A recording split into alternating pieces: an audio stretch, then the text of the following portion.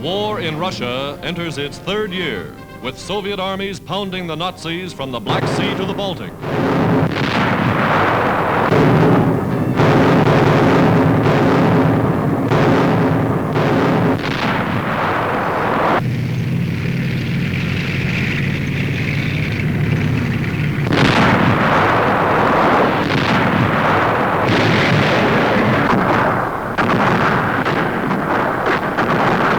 Retaking town after town, Soviet forces find a ravaged country left by the Nazis. But Hitler paid a price for this wanton destruction. That price was more than 5 million Nazi soldiers. Fighting with new power, Russia's Black Sea Fleet is seen here in action against Nazi supply ships. From Sevastopol come enemy bombers to the attack, and the fleet throws up a barrage of anti-aircraft fire.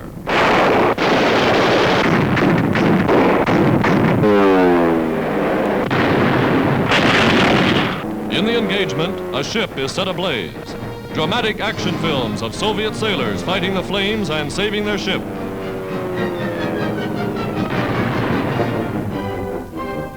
Wounded, but like his ship, still in the fight. Now patrol planes sight a Nazi submarine, and depth charges shake the sea.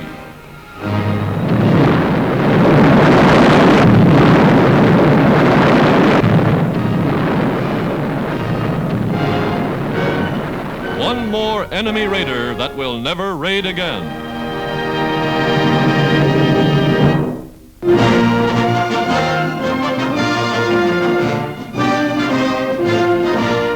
Canada orders increased production of coal to speed the war effort. Soldiers who are experienced miners volunteer to help the home front.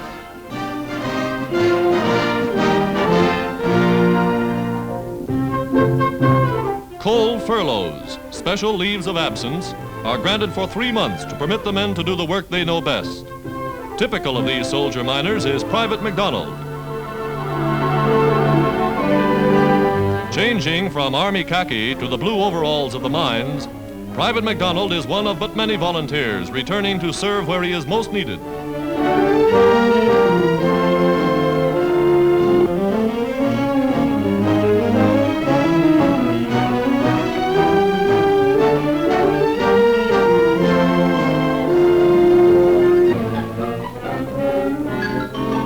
To a mine that tunnels 5 miles out beneath the Atlantic Ocean, Private McDonald goes to work with pickaxe and drill.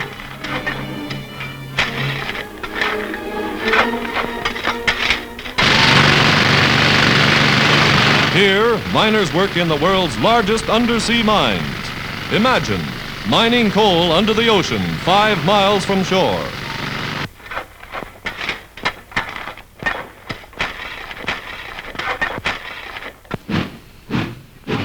Trains bring out more than 12 million tons a year. Coal carried direct to ships waiting at the docks.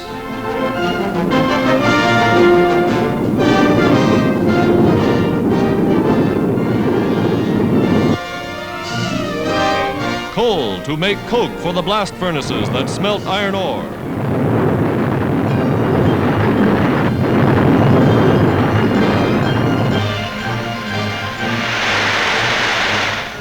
Coal to make steel, the crucible of modern war.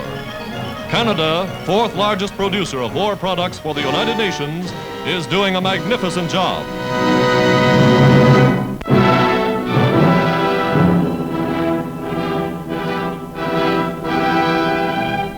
Far out in the hills of India and Burma, native carriers and their pack elephants are helping American forces in the tremendous task of bringing food, munitions, and medicine to distant army outposts.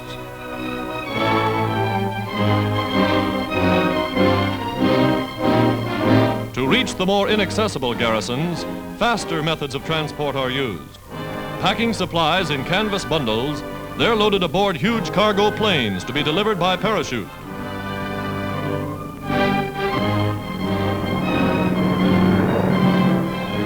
Plane sighted, the mountain forces spread a white marker on the ground to guide the pilot. A signal fire to help show him the field.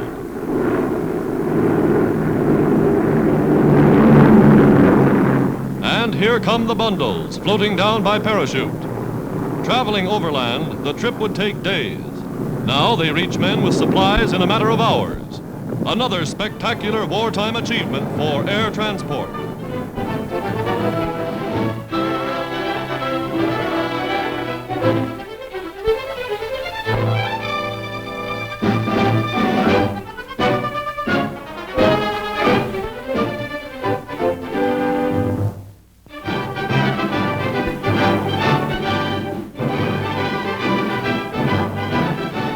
An Australian division, rugged, sunburned veterans of the North African campaign, receives a triumphant welcome home.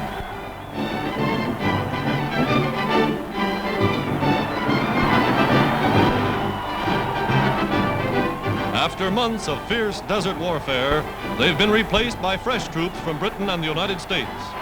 Australian nurses who were with the 8th Army march with the men. These soldiers have seen service and they're glad to be home.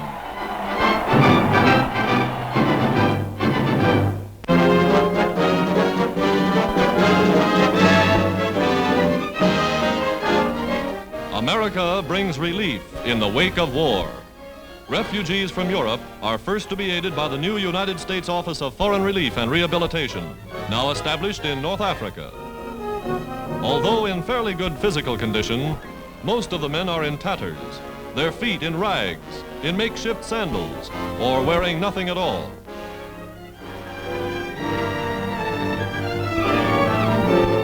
This United States Army truck, bringing food, medicine, clothing, and even bedding, is the most welcome sight they've seen in 3 long years. Each man is given 2 pairs of socks, a suit of underwear, shirts, and most needed of all, shoes.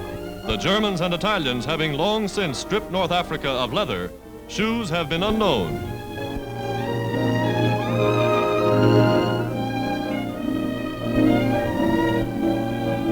United States civilian officials are in charge of the distribution.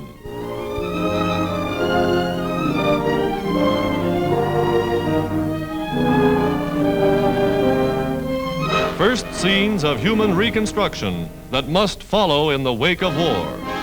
America and the other United Nations are doing their utmost to repair the damage that has been done.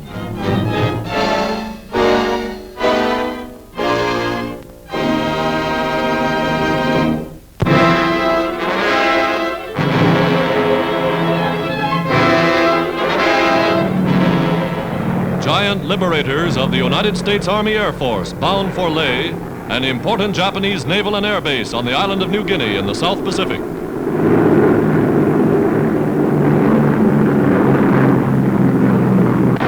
Over the target, they send 36 tons of high explosives and incendiary bombs plunging earthward. Japanese airfields and installations smashed, the raiders prepare the way for the capture by land forces of strategic island bases in this area.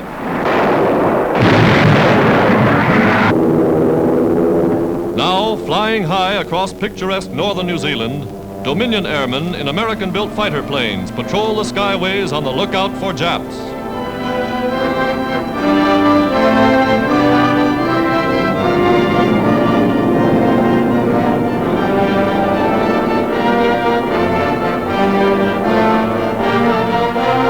Miles away, over New Zealand's famous Southern Alps, bombers cruise against a backdrop of snow-capped glaciers and towering mountain peaks.